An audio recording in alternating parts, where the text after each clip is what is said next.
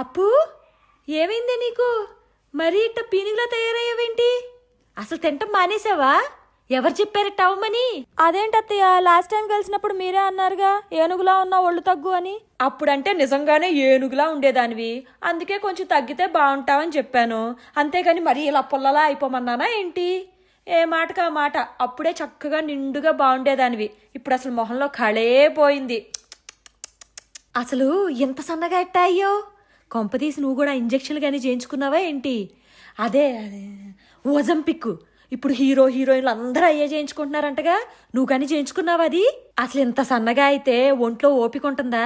రేపు పిల్లలు పుట్టడం ఎంత కష్టమో తెలుసా? మీ అమ్మ ఏం చెప్పదా? ఇదిగో మా అమ్మాయి వచ్చి ఏంటక్క ఇలా సన్నగా అయ్యావు అంటే డైటింగ్ చేసి చిక్కా అని చెప్పమాక, రేపటి నుంచి అది కూడా మొదలెడుతుంది. ఈ కాలం పిల్లలకి సన్నగా పొల్లల్లా అవటం ఫ్యాషన్ అయిపోయింది. అది అడిగితే ఏదో ఒక రోగం వచ్చిందని చెప్పు, లేకపోతే సరిగ్గా తినక విరోచనాలు వాంతులు అయ్యి టైపోయాయని చెప్పు. ఏంటవి? చిప్సా? నాకు వద్దులే వదినా, దానికి ఇవ్వు. చూడలేక వస్తున్నావు, గాలి వస్తే ఎగిరిపోయేలా ఉంది. తినవే కాస్త. చిన్ని ఇట్రా. చూసావా అప్పు అక్క ఎలా అయిందో? సరిగ్గా తినకుండా డైటింగ్లు చేస్తే ఇట్టాగే పీక్కుపోతారు చూడు. అందుకే అమ్మ ఏం పెట్టినా వద్దనకుండా తినాలి. మీకు కూడా నాలాంటి చుట్టాలుంటే ఒక ఫాలో కొట్టండి. సరే ఇంక వెళ్ళొస్తావు వదినా, ఉంటానే అప్పు. నెక్స్ట్ టైం మాత్రం నాకు ఇట్ట కనిపించమాక, కాస్త తిని ఒళ్ళు పట్టు, చూడలేక వస్తున్నావు.